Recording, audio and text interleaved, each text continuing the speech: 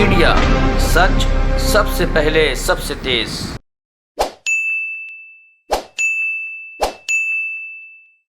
बहुत संक्षिप्त में आदरणीय साथियों में हिंदी में कहूंगा, जो सबसे ताजा खुलासे अब फ्रांस में हुए हैं, उन्होंने एक बार फिर अब कोई शक या सुबह या संशय की गुंजाइश नहीं छोड़ी। प्रथम दृष्टि से राफेल एयरक्राफ्ट सौदे में भ्रष्टाचार साबित है, सामने है। जो कांग्रेस पार्टी और श्री राहुल गांधी कहते रहे हैं, वो प्रथम दृष्टि से आज साबित हो गया। 3 पहलू मैं आपके समक्ष रखूंगा। सबसे पहले 14 जून 2021 को फ्रांस के पब्लिक प्रोसिक्यूशन सर्विस पीएनएफ ने राफेल कागजात की में भ्रष्टाचार, क्रोनी कैपिटलिज्म, नाजायज तौर से प्रभाव डालने और नाजायज तौर से लोगों को कैंडिडेट बनाने राफेल एयरक्राफ्ट की मैन्युफैक्चरिंग का, उसको लेकर एक भ्रष्टाचार की जांच शुरू कर दी है। यह भी बताया गया है कि भ्रष्टाचार की उस जांच में फ्रांस के पूर्व राष्ट्रपति, जिनके समय में राफेल एयरक्राफ्ट की डील मोदी जी ने साइन की थी, श्री फ्रांसवा हॉलैंड, उनकी भूमिका की भी जांच होगी। फ्रांस के मौजूदा राष्ट्रपति श्री इमैनुएल मैक्रोन की भी जांच होगी और उनके साथ साथ उस समय के फ्रांस के रक्षा मंत्री, जो आज विदेश मंत्री हैं, तथा अनिल अंबानी जी की कंपनी रिलायंस भी जांच के घेरे में है। दूसरा, मोदी सरकार और स्वीटा डील भी अब सामने आ गई है। फ्रेंच वेबसाइट मीडिया पार्ट ने अब एक समझौता जो डसॉल्ट एविएशन और रिलायंस के बीच में हुआ था, उसके तथ्य सामने रख दिए हैं, कागजात सहित। याद करिए कि फ्रांस के पूर्व राष्ट्रपति फ्रांसवा हॉलैंड ने बाकायदा एक इंटरव्यू में कहा था कि डसॉल्ट के पार्टनर रिलायंस अनिल अंबानी जी की कंपनी को बनाने का निर्णय में उनकी कोई चॉइस नहीं थी, क्योंकि यह भारत सरकार का के प्रभाव में किया गया निर्णय था। और 4 या 5 तथ्य अब उन कागजात से सामने आ गए हैं। पहला तथ्य कि जो DRAL कंपनी बनाई गई, डसॉल्ट रिलायंस एरोस्पेस लिमिटेड, उसमें रिलायंस 51% मालिक है और जो डसॉल्ट है वो 49% मालिक है। इस कंपनी में दोनों भागीदारों द्वारा, रिलायंस और डसॉल्ट द्वारा 169 मिलियन यूरोस इन्वेस्टमेंट अधिक से अधिक करने का निर्णय किया गया। परंतु डसॉल्ट जो 49% हिस्सेदार है, वो 169 मिलियन यूरो में से 159 मिलियन यूरो लाने के लिए बाध्य होगी और 51% की मालिक रिलायंस केवल 10 मिलियन यूरो लाएगी। तीसरा हिस्सा, क्लॉज 4.4.1 जो इस समझौते का है डसॉल्ट और रिलायंस के बीच, उसमें क्योंकि जहाज बनाने की सारी तकनीक, सारी विशेषज्ञता तो डसॉल्ट एविएशन लाएगी, तो फिर रिलायंस क्या लाएगी? उन्होंने कहा कि रिलायंस लाएगी marketing program and services with government of India.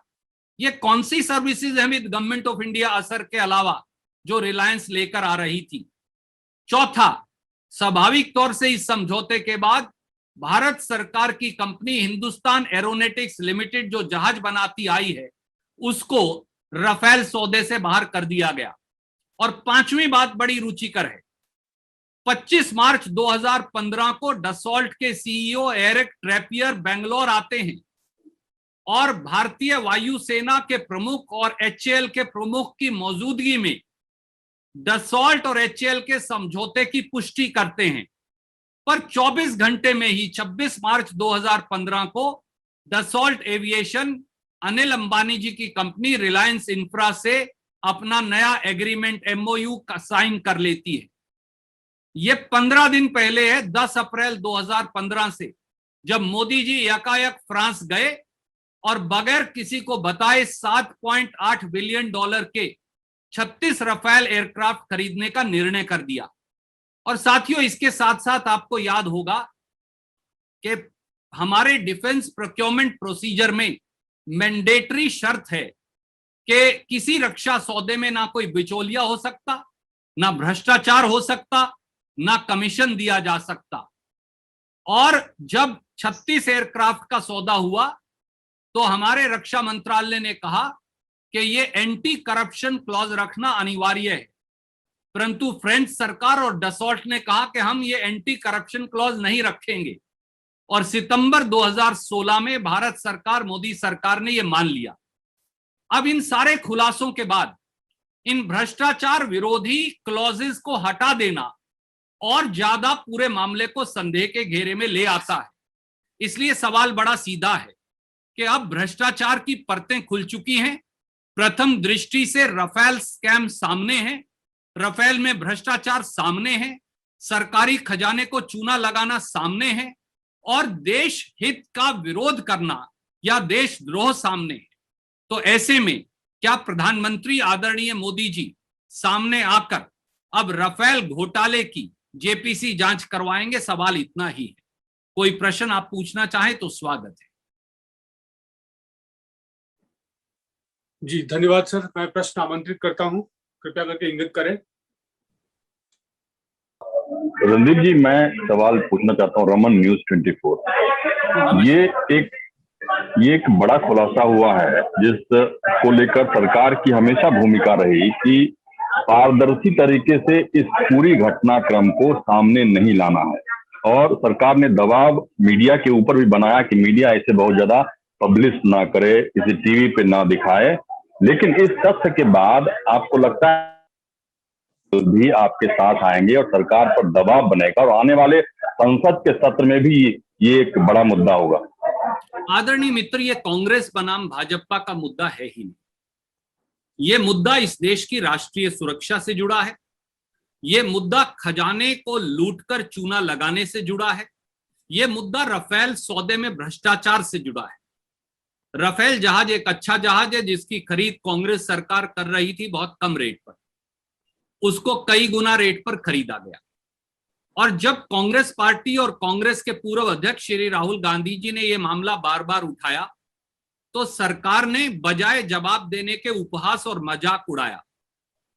हम अदालत में नहीं गए क्योंकि हमारा मानना था कि अदालत इसका निर्णय नहीं कर सकती, जेपीसी ही कर सकती है, क्योंकि इसमें एविडेंस की, कागजात देखने की और जरूरत पड़े तो प्रधानमंत्री को भी गवाही के लिए पेश करने की जरूरत है। इसलिए इस सारे मामले को लेकर अब फ्रांस की सरकार में फ्रांस की जो पब्लिक प्रोसिक्यूशन एजेंसी है, जब उन्होंने ही प्रथम दृष्टि से भ्रष्टाचार स्वीकार कर लिया, जब उन्होंने ही प्रथम दृष्टि से यह स्वीकार कर लिया कि गड़बड़ झाला और घोटाला है, जब उन्होंने ही एक जज बिठाकर पूरे मामले की जांच शुरू कर दी जिसमें उनके एक मौजूदा राष्ट्रपति और एक पूर्व राष्ट्रपति जांच के घेरे में आ गए, तो मुझे बताइए, जिस देश में यानी हमारे देश में जहां यह घोटाला असली में हुआ, क्या वहां जेपीसी की जांच नहीं होनी चाहिए? जांच अवश्य होनी चाहिए। और मीडिया के साथी हों या दूसरे साथी हों, जो इस पूरे मामले को आप पटाक्षेप कर रहे थे या इसको दबाने की कोशिश कर रहे थे, मैं उनसे भी बड़ा विनम्र हाथ जोड़कर अनुरोध करूंगा कि ये राष्ट्रहित का मामला है। ये उन लोगों के खिलाफ मामला है जो देश के खजाने को चूना लगाकर अपनी जेबें भर रहे हैं। और इसमें कौन दोषी है, कैसे कैसे घोटाला हुआ, किस किस ने किया, सरकार में बैठे किन किन सफेद पोशों की भूमिका है, ये सारी खुलकर सामने आनी चाहिए और जेपीसी प्रोब होनी चाहिए। धन्यवाद। Thank you. अगला सवाल सर आनंद पटेल जी, इंडिया टुडे से। आनंद। नमस्कार आनंद। Good afternoon, sir. The Congress party has been raising this issue right since before 2014 also. But the thing is, the government has time and again denied and declined your requests and demands for a JPC.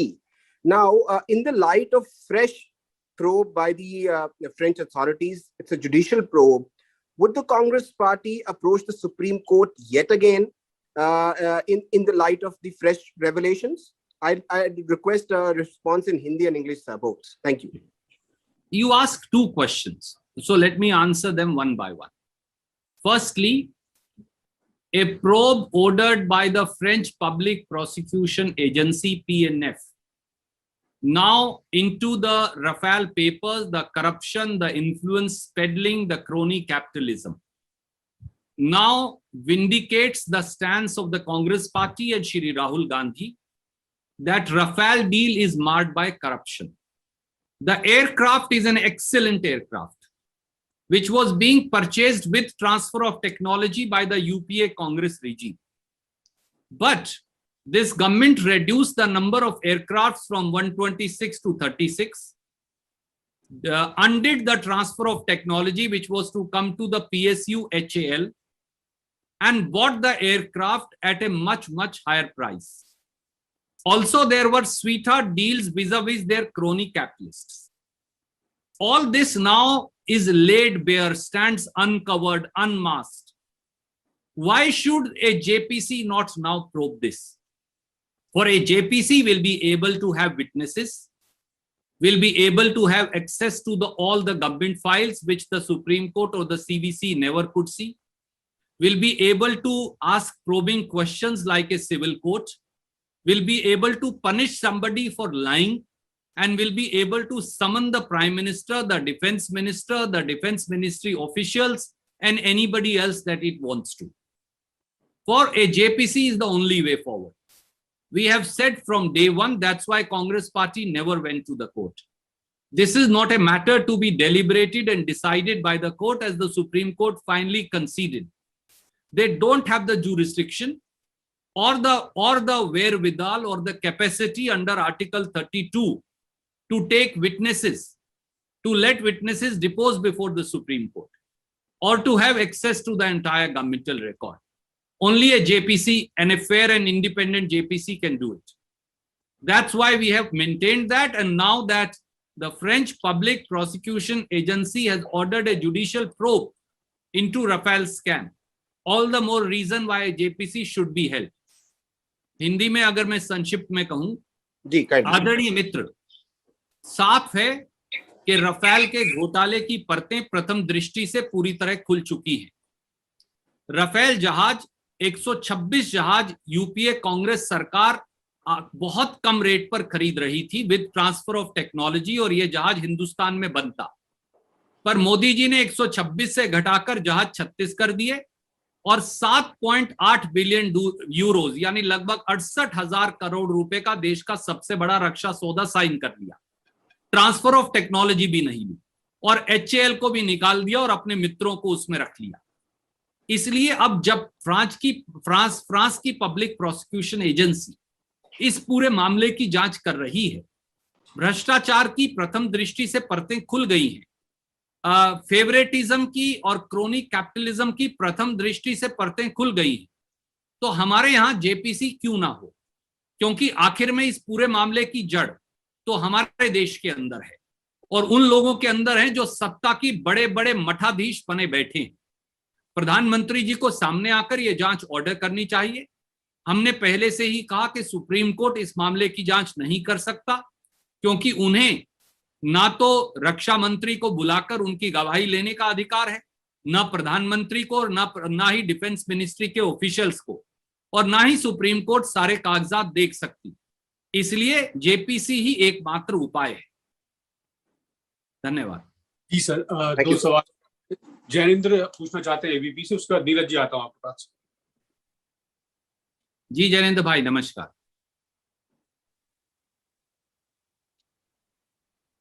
Jainendra जी सवाल पूछिए। मेरे ख्याल से आवाज नहीं आ रही है उनकी। जी नहीं सॉरी मैं अनम्यूट नहीं कर पा रहा था खुद को। नहीं कोई बात नहीं, पूछिए प्लीज। जी थैंक यू सर।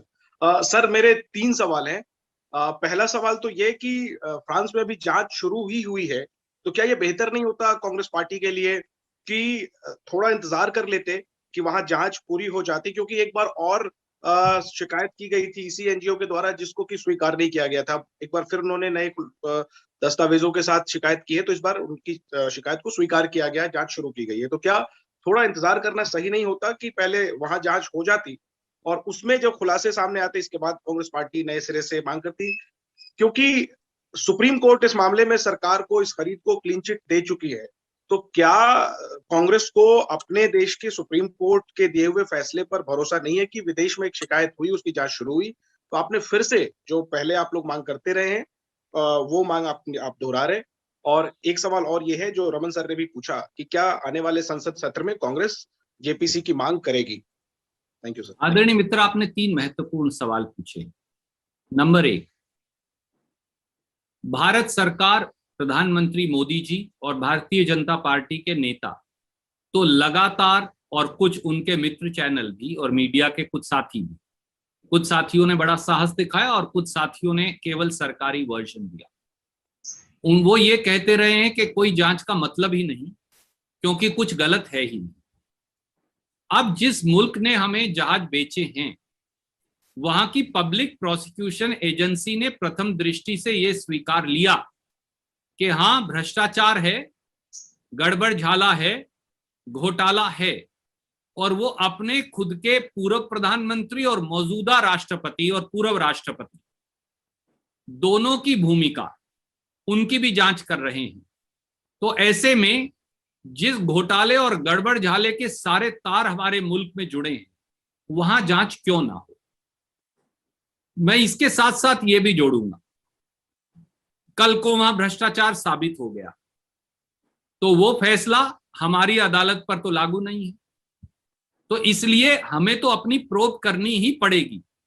क्या हम ये चाहते हैं या क्या आप ये चाहते हैं, जो मुझे मालूम है आप नहीं चाहते, कि भ्रष्टाचार की जांच को ठंडे बस्ते में डाल दिया जाए, फ्रांस की सरकार की जांच का हवाला देकर, और जांच की ही ना जाए।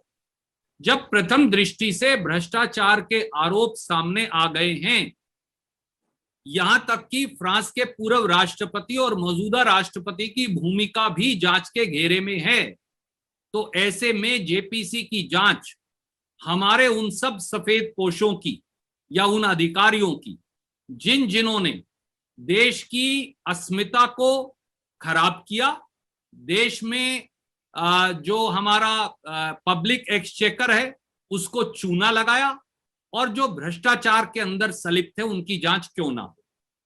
दूसरा सवाल, आदरणीय सुप्रीम कोर्ट ने अपने निर्णय में ही कहा, मैं फिर आपको मेरी पत्रकार वार्ता की ओर ध्यान दिलवाऊंगा जो मैंने उस समय की थी, उन्होंने ये स्वीकार किया कि वो राफेल की जांच के लिए अधिकृत नहीं।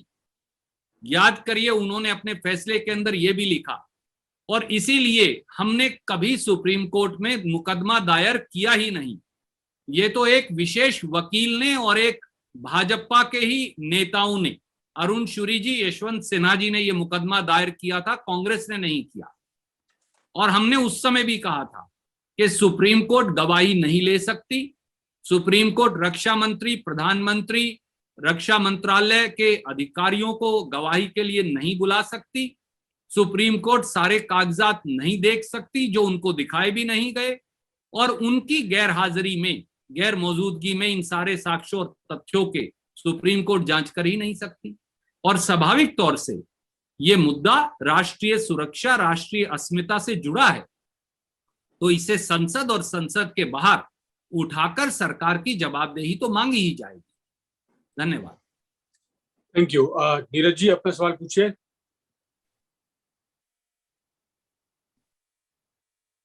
अनम्यूट करिए नीरज। हाँ सर, जैनेन ने मेरा सवाल पूछ लिया है तो मैं चाहूंगा कि दूसरे विषय पे पूछूं, अगर जवाब देंगे। ऐसा है, आज आदरणीय मित्र, मेरा आज अनुरोध है कि ये दूसरी पत्रकार वार्ता है और ये राष्ट्रीय सुरक्षा से जुड़ा मामला है। मेरा आपसे हाथ जोड़कर विनती है कि आज इस विषय से संबंधित सवाल पहले। ठीक है सर, ऐसे मेरा सवाल जैनेन ने पूछ लिया, इसी में उसको सप्लीमेंट कर रहा हूँ कि आपने जेपीसी जांच की मांग आप लोग कर रहे हैं, आने वाले संसद सत्र में भी मांग करेंगे। पिछले कई सत्र के दौरान राहुल गांधी के नेतृत्व में राफेल के मसले को आप लोगों ने मजबूती से उठाया, संसद का सत्र भी हंगामेदार रहा। तो क्या इस बार भी, जबकि 19 जुलाई से संसद का सत्र शुरू होने वाला है, जेपीसी जांच की मांग सरकार माने या ना माने, ये तो सरकार पे निर्भर करता है। आप लोग की मुहिम उसी तरह से होगी जैसे पहले रही है संसद के अंदर? आदरणीय मित्र, ये कांग्रेस बनाम भाजपा का मामला नहीं, ये राष्ट्रीय सुरक्षा का मामला है। और जब प्रथम दृष्टि से भ्रष्टाचार सामने है तो भाजपाई नेता और प्रधानमंत्री जांच से क्यों बचना चाहेंगे? अगर दाल में काला है या पूरी दाल काली है फिर तो जांच नहीं होगी, और अगर दाल काली नहीं है और दाल में काला नहीं है तो फिर जब इतने स्पष्ट तौर से प्रथम दृष्टि के भ्रष्टाचार के आरोप सामने हैं तो जांच क्यों ना हो? एक पत्रकार के तौर पर मैं आपसे भी ये प्रश्न पूछता हूं, एक भारतीय के तौर पर भी। भारत का जो रक्षा सौदा है उसके अंदर भ्रष्टाचार, मिडलमैन यानी बिचौलिया या हेराफेरी, इस पर बाकायदा प्रतिबंध है और इसकी बड़ी कड़ी सजा है जेल की सलाखों के पीछे जाने की। जब प्रथम दृष्टि से भ्रष्टाचार सामने है तो मोदी जी या भारतीय जनता पार्टी के नेता वो जेपीसी जांच क्यों नहीं करवाते? बात सीधी इतनी है। धन्यवाद। Thank you sir. Samiya ji है और उसके बाद सिद्धार्थ भी है। Samiya. Sir, I wanted to ask you, in April this year, when you held a press conference saying that 1.1 million euros was paid to a middleman, the Law Minister Ravi Shankar Prasad had said that these allegations are completely baseless, and he also went on to say there's a need to factor in the corporate rivalry that takes place in France. Do you think there is any merit in it? And secondly, sir, do you think that there's a need to build up a cohesive opposition parties coming together demanding for a JPC ahead of the parliament? Parliament session, and if the buck stops with the Prime Minister's office itself? You ask actually two questions. I think one should tell Shri Ravi Shankar Prasad that little knowledge is a dangerous thing. Can he tell who in France makes fighter aircrafts other than Dassault Aviation of this type? The answer is nobody else makes. Then where is the corporate rivalry? And if he is referring to the Eurofighter, let me remind you that Eurofighter had written to Prime Minister and the then Defense Minister saying they are ready to reduce prices by 20%. Any sane government should have reweighed everything and and should have asked Dassault also to reduce prices in an equivalent fashion. Having said that, I will only like to point out today, the simple issue is the French Public Prosecution Agency has ordered a corruption probe, a influence peddling probe into Rafale papers. They are also probing their own former president and perhaps the current president. Why should Government of India, in light of these prima facie allegations of corruptions now being judicially investigated in France, not conduct a JPC? And as I said, this is not a Congress versus BJP or a opposition versus ruling party issue. This is a national security issue. Any sane Indians interested in the issue of national security and protecting our public exchequer and ensuring that all defense deals, particularly India's biggest defense deal, is transparent, is accountable, and is free from any corruption, needs to demand that government comes clean on the issue and there is a JPC probe wherein all such facets, all such matters, all such documents, records, notings, everything is probed properly. Thank you. Thank you. Last question, Siddharth ji. Sir नमस्कार। नमस्कार सिद्धार्थ जी। Sir मेरा सवाल ये है कि आप जांच की बात कर रहे हैं, जेपीसी की मांग कर रहे हैं, लेकिन बीजेपी और या रूलिंग गवर्नमेंट हमेशा ये कहती आई है कि जांच इससे भी बड़ी अदालत जो कि जनता की अदालत है वहां पर हो चुकी है और जनता का मैंडेट जो है वो प्रधानमंत्री मोदी के साथ है। जनता का मैंडेट या जो है उनके पक्ष में है और जनता इसको किसी भी तरीके से गलत नहीं मानती। चुनावों के नतीजे ये बताते हैं। इस परिप्रेक्ष्य को कैसे देखते हैं आप? आदरणीय साथी, मैं एक आपको सबसे ताजा उदाहरण दूं।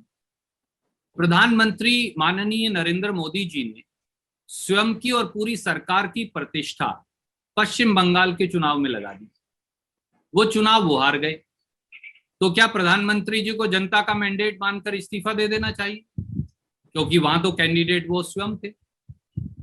आदरणीय मित्र, चुनाव एक चीज है, पर चुनाव के साथ साथ पारदर्शिता, जवाबदेही और भ्रष्टाचार रहित शासन ये हमारे संविधान की परिपाटी हैं जो पंडित नेहरू, बाबा साहब अंबेडकर, सरदार पटेल, डॉक्टर राजेंद्र प्रसाद, मौलाना अब्दुल कलाम आजाद और स्वतंत्रता सेनानियों ने बनाया है। इसलिए जब प्रथम दृष्टि से फ्रांस में भ्रष्टाचार के आरोप सामने आ गए हैं तो यहां जेपीसी की प्रोब क्यों ना हो? इसका विधानसभा या लोकसभा के चुनाव से क्या जुड़ाव हो सकता है? क्या आप ये कह सकते हैं कि कोई व्यक्ति अगर मुख्यमंत्री चुना गया या अमुक प्रांत में सरकार चुनी गई तो क्या आप ये कह सकते हैं कि फिर उन्हें भ्रष्टाचार करने का लाइसेंस मिल गया कि वो पूरे प्रांत या देश को बेच खाएं? मुझे विश्वास है कि आप ये कदापि नहीं कहेंगे। इसलिए जनता का मैंडेट होता है सरकार बनाने और चलाने के लिए, भ्रष्टाचार करने के लिए जनता का मैंडेट नहीं होता, और ये भ्रष्टाचार का मामला है। धन्यवाद। शुक्रिया। Thank you Pranav ji.